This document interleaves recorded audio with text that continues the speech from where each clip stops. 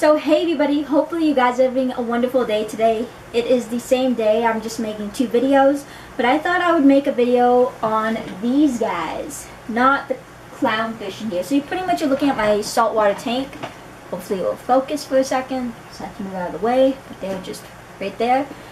But I thought I would talk about myths about saltwater aquariums. I'm not saying it's not true, it's just not 100% true. So I've been doing saltwater for about 6 months and I've learned quite a bit. I'm not saying I'm a pro and you should listen to me 100%. This is just what I believe of how I experienced all my saltwater problems or good things about salt. One thing people say is salt's a lot hotter and a lot more time consuming than fresh. And it is, don't get me wrong, but you can make it where it's not as time consuming as you think. Like I have a 10-gallon top-off tank actually right here. It's right there. Right here. So that's my 10-gallon top-off tank. Sorry, it's not in focus. And every week, well, not every week, every day or two, I usually top off the tank with that water. So that saves me from mixing salt and having the hassle of doing that, where I can literally pour this into a bucket with using a hose. Totally recommend a hose and a bucket, and then dunk the bucket into this tank. It's just a lot easier. Because I hate carrying buckets, and I do that still with my fresh section, and it's really annoying. Another thing is, people say it's expensive. It can be expensive. It really can. The most expensive thing, in my opinion, that you are going to spend money on, besides the stuff inside, because that's pretty much your own preference, what you want in there, and things can range quite a bit. Like, for example, you can't find any coral under $5 pretty much. And even when you do, they're really small. Like, I mean like one piece. So, I've never seen that. But, like, zoas are quite cheap. I can actually, I'll show you later what a zoa looks like. I'll show you my tank at the end of this video. But the most expensive thing that you're going to be spending most of your money on are the lights. That is the most important thing for your saltwater tank because it helps the coral grow. And that is pretty much, if you're going to do a reef, that's what you need. If you don't want to do a reef, then you don't need fancy lights like that. You can literally just have like the regular freshwater lights with a white bulb in it pretty much, and I can show you that later. Well, if you give me 1 second, I can actually get you a box.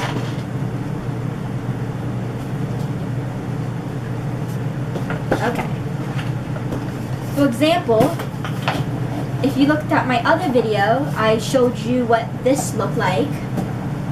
That is pretty much what you can use on fish only saltwater tank. Do that on the ground right there, and that would be fine if you have no coral. You can try it on zoas. I don't recommend it for a long period of time, but definitely for fish only or quarantine tanks, it's amazing.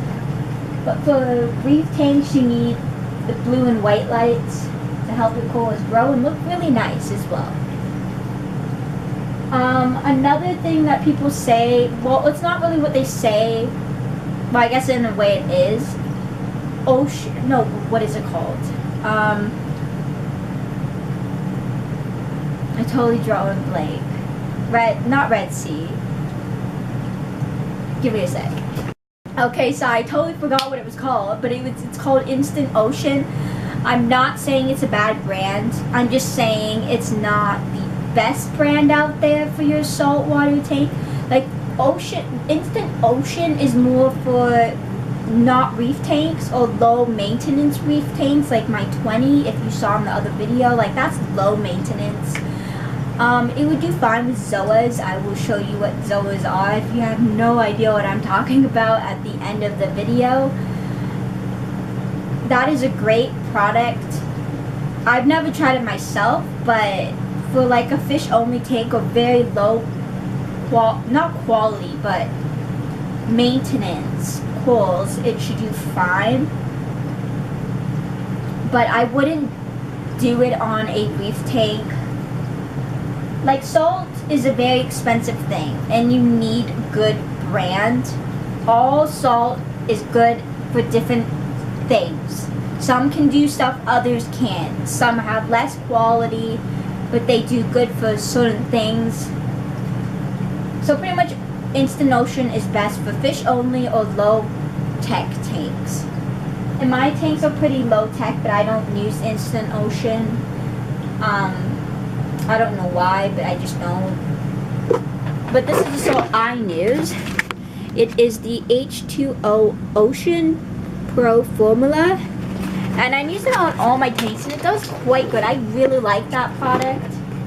Sorry, it's not in focus. I really do like that product. It's a really good product. Well, it works for me. Every salt works for different people. Things you will need. Sorry if this is kind of all over the place. I really didn't write things I want to say in like order. Just thought I would just make a video, whatever popped in my head, and talked about it because I feel like it's really important. Plus, who wants to look at a sheet of paper and keep looking down if I can literally just tell you guys as I'm thinking it? But what was I talking about? Oh, I totally forgot what I was talking about. Oh yeah, okay, I remember. This is raw footage. Okay, so the supplies that you're gonna need an air pump if you want. Not an air pump, sorry, a power head. My fault, a power head.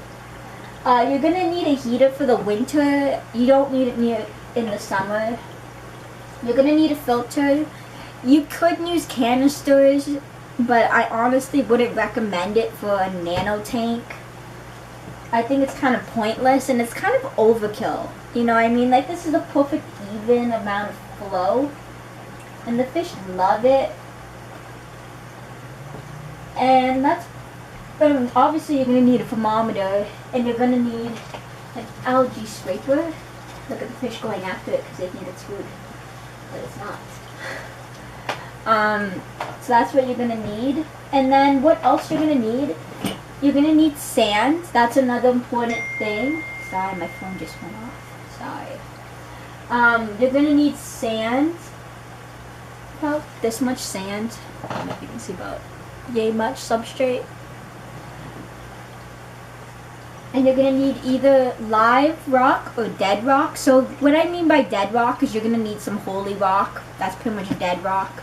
It's the white stuff. So it's all that white stuff right here is dead, and then all the other colorful ones are live.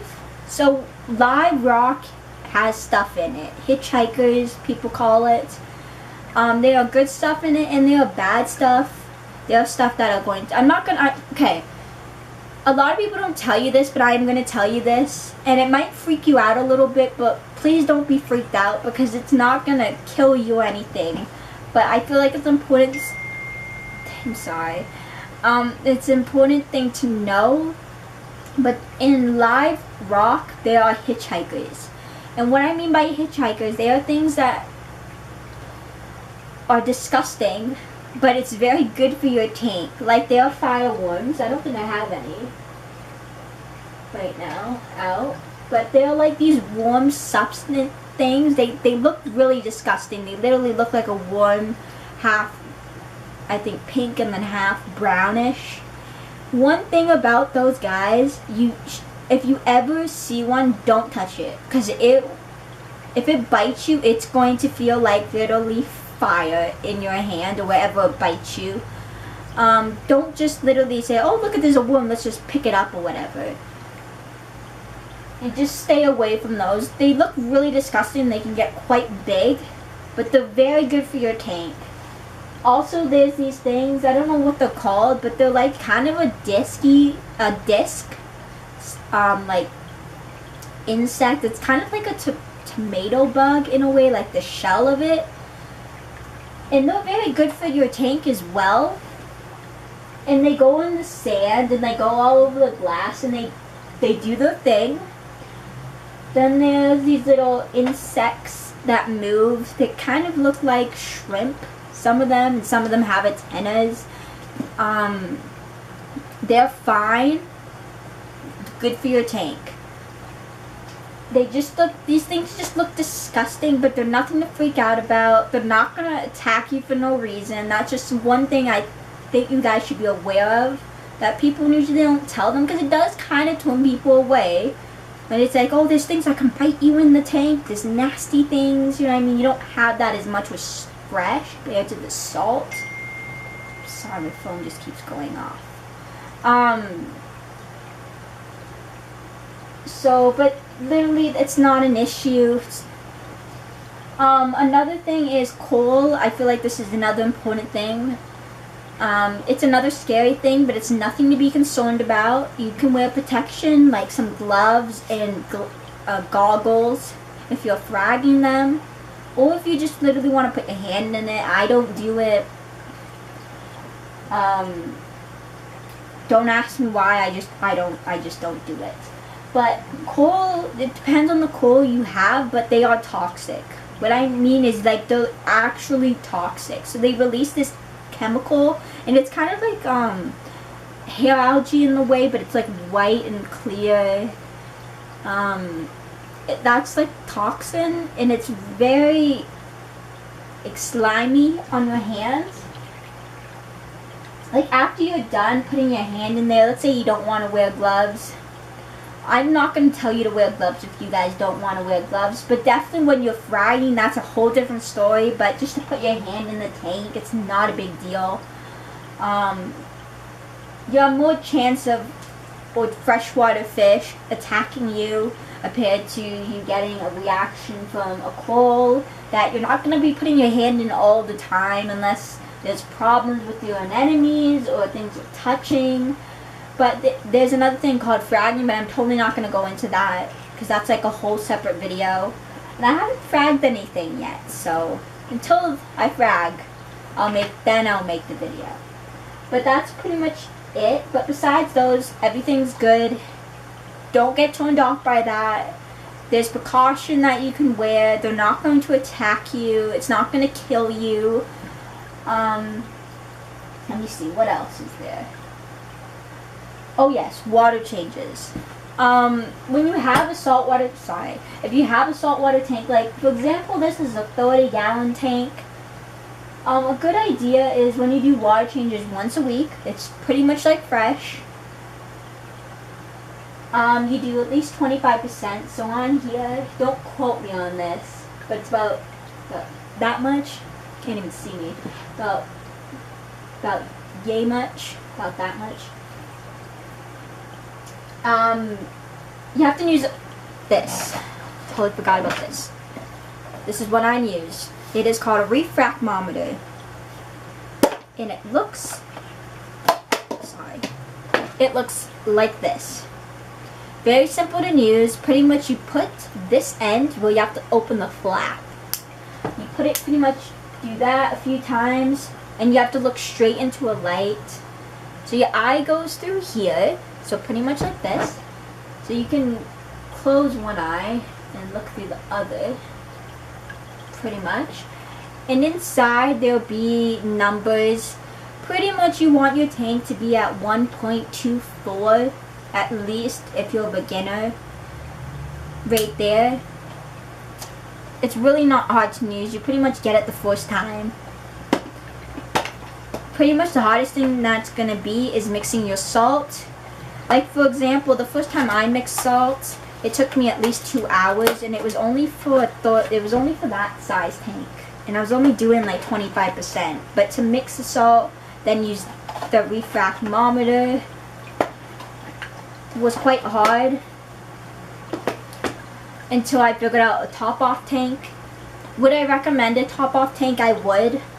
It's honestly a lot more easier, and it's a lot less stress on the fish and on yourself. And it's a lot less time as well. You pretty much have a 10-gallon aquarium, fill it up with fresh, and you put your bucket of salt, well, not the entire bucket, but until it gets to 1.24, and then you put it into the tank for next week. So it's pretty much cycled water and aged water instead of putting like brand new fresh water into your saltwater tank. So it's much more healthier and just a lot of pros to it. It's a really good idea. And another thing is food. I don't want to make this video way too long. Food. For example, I have 2 foods beside me. Did not plan that. So they're this exact same brand. This one's just a pellet. So this one's actually for my clownfish. You put that down. Like the baby clowns. And then this one is for the big clownfish. Right here. If I had to recommend a brand, it's really up to you. I really like the Mega brand, but that's just my personal preference. I think it's a good food between New Life Spectrum. New Life Spectrum's a good brand, but I'm just more of a fan of this brand. And like, I don't know if they sell Tetra saltwater stuff. They might. I don't know. I don't honestly look at that. I pretty much stick with the same brand, and that's pretty much Mega. That's just me. And then, for example, here's another thing. It's also a Mega. It is green seaweed. So this is pretty much for tangs. So you can use a clip, and it attaches into your tank with the clip, so that the clip is suction cupped. And then your tank pretty much goes for it. And then there's other brands. I know I have a few in here. I have a drawer of fish food. No surprise. New Life Spectrum. Pellets. You can feed them frozen as a treat. I don't recommend you feed that all the time. It's not very good for them. Yeah, they will go crazy for it, but it's better to feed them flakes or pellets. So let me show you what zoas are. So those are zoas. I can't even see. So those are zoas. So this one, I don't know if you can see. So that is live rock, that is fake rock. Like holy rock. And then over there is the light strip thing. And then 20. So yeah, so that is pretty much the video. I'll make another video in case I forgot something or you want to see a little bit more. I'm pretty sure I forgot a few things. I just have a certain amount of time before it's too long. But yeah, so have a good day.